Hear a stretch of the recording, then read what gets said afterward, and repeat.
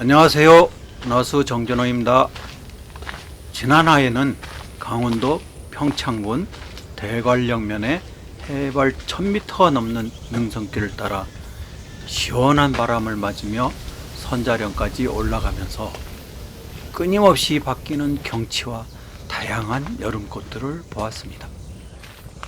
냄새나는 뿌리에서 길게 뻗은 줄기 끝에 풍성한 노란 꽃을 피우는 꽃과 그 사촌인 흰 꽃과 배고팠던 우리나라의 아픈 역사 속에서 위안이 되어주던 풀, 그리고 숲속에서 주황색으로 환하게 빛나는 슬픈 사연을 가진 꽃과 한가득 피어나는 자홍색, 흰색, 노란색의 재미있는 꽃, 마지막으로 분홍색 꽃을 꼬리처럼 풍성하게 피우고 있는 꽃들을 보았습니다. 오늘은 백두대간 선자령까지 올라갔다가 계곡을 따라 내려가려 합니다.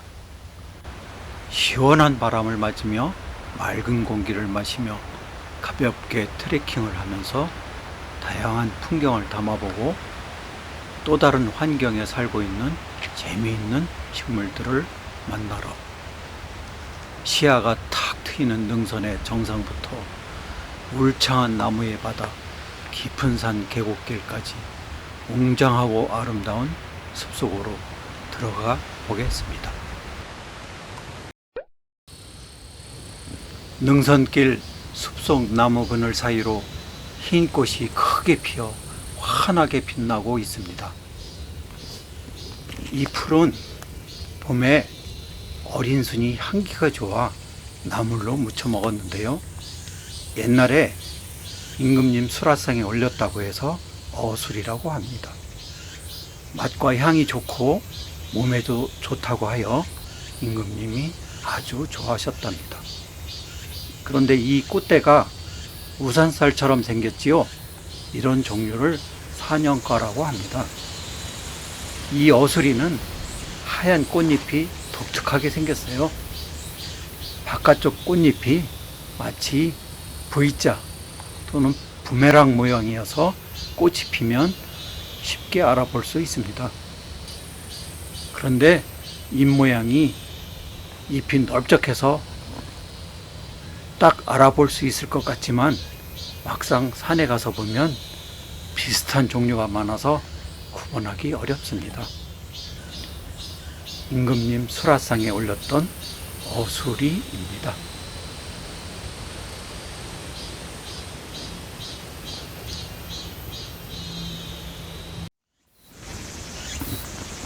선생님, 올라오는 동안 초롱같이 생긴 꽃들이 계속 보이네요.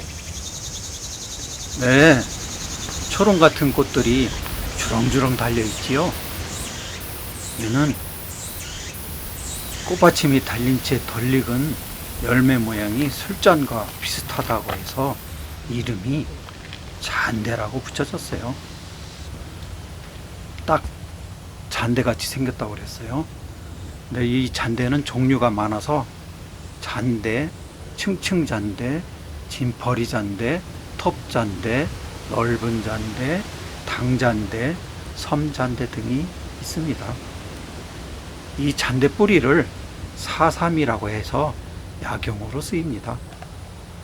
그리고 층층잔대는 잎이 돌려나는 부분에 층층이 꽃이 핀다고 해요. 층층잔대라고 합니다. 얘는 잔대입니다.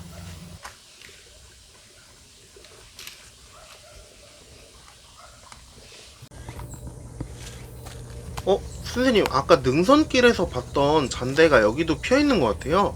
이거 잔대 맞죠? 아, 잔대는 잎자루가 거의 없이 딱 붙어 있는데 얘는 잎자루가 길지요. 그래서 잔대가 아니고 다른 종류입니다. 깊은 산 중에 키를 껑충하게 키우고 작은 종을 울리려고 하고 있습니다. 어린 잎은 식용으로 쓰이고요. 뿌리는 약용으로 쓰입니다. 잎이 모시잎을 닮았다고 해서 모시대, 도라지 모시대라고 하는데요. 도라지 모시대는 꽃줄기에 가지를 치지 않고 줄기 하나에 꽃이 달립니다. 그런데 모시대는 꽃줄기에 가지를 또 치고 거기에 꽃이 또 달립니다. 아, 초록 모양의 꽃에 여러 종류가 있었군요. 구분하면서 가니까 더 재미있어요. 네, 등산할 때 이런 것들을 알고 가면 더 재미있지요. 도라지 모시대와 모시대입니다.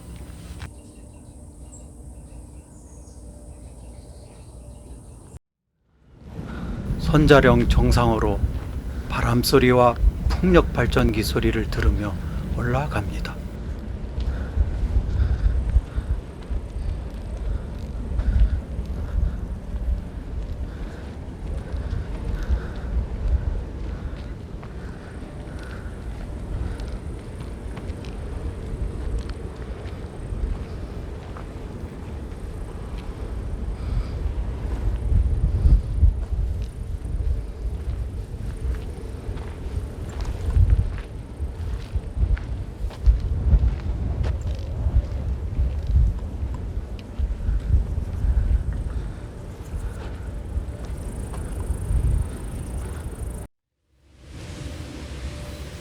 여기 붉은 꽃들이 많이 피고 있습니다. 지난번 알며느리 밥풀에서 며느리의 슬픈 사연을 얘기했었지요.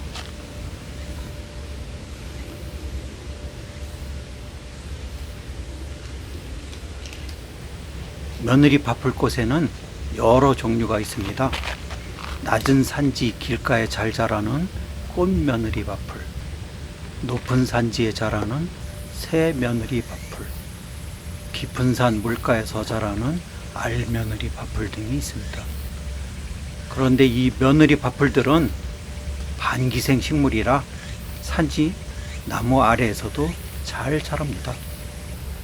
보통 소나무 그늘 아래에서는 다른 식물들이 잘 자라지 못하지만 우리나라 소나무들은 며느리를 안쓰럽게 여겼는지 며느리 밥풀꽃들이 소나무 아래에서도 잘 살게 해주고 있습니다.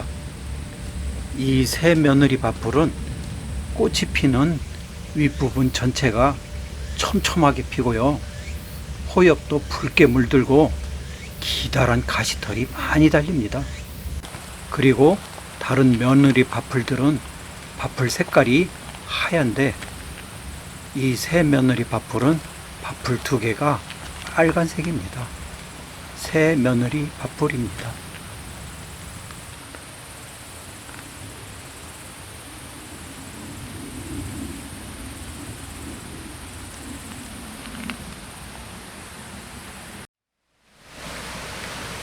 계곡을 따라 내려가는 길, 짙은 운무 속으로 들어왔습니다.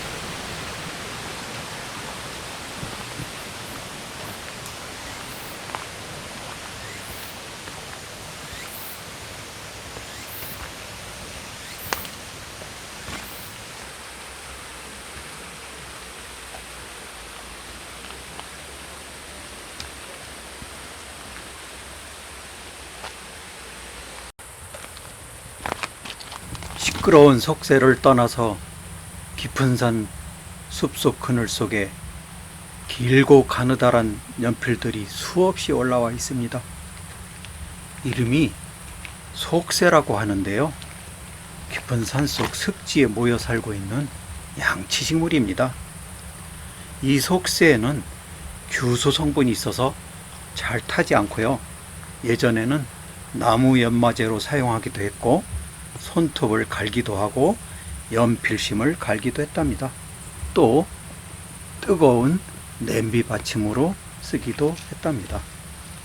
요즘에는 이 모양이 예뻐서 조경용으로도 식재하고 있습니다.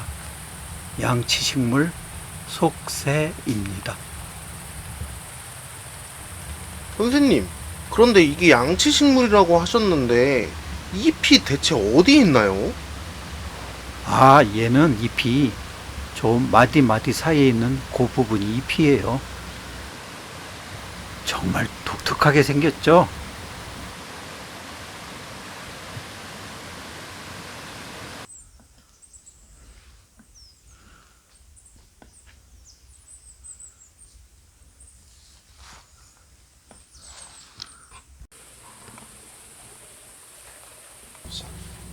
여기 아주 키가 크고 멋진 꽃이 있네요. 이 꽃은 여름부터 가을까지 볼 수 있습니다. 뿌리 잎을 보면 마치 무잎처럼 갈라지고 커다랍니다. 그런데 꽃을 보면 엉겅퀴 꽃처럼 보이지만 잎에 가시가 없어서 엉겅퀴 종류하고 구분됩니다. 이름이 산비장이입니다. 아니, 이름이 왜 산비장이일까요? 배비장전이라고 아시죠? 이 비장은 조선시대 각도의 절도사나 절제사 휘하의 무장을 말합니다. 이 산비장이가 마치 산에서 비장처럼 서 있는 모습이라고 하여 산비장이라고 이름이 붙여졌습니다. 늦여름 가을에 높은 산에서 볼 수 있는 아주 키가 크고 붉고 잘생긴 산비장이입니다.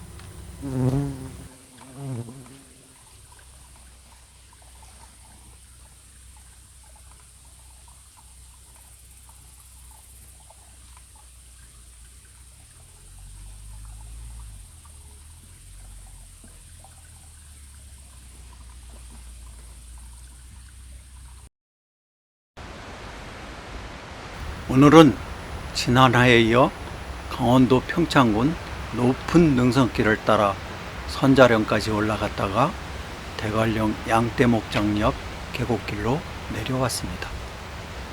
하늘이 닿을 것만 같은 높은 선자령에서 웅장한 백두대간을 내려다보기도 하고 짙게 깔린 운모 속 안개비가 하얗게 내리는 계곡길을 따라 내려오면서 올라갈 때와는 또 다른 환경 속에서 다양한 식물들을 볼 수 있었습니다.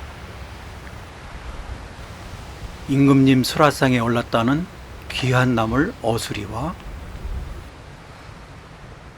초롱 같은 모양의 꽃이 달린 잔대, 도라지 모시대, 그리고 짙은 붉은색 꽃과 붉게 물든 잎이 인상적인 새며느리 밥풀과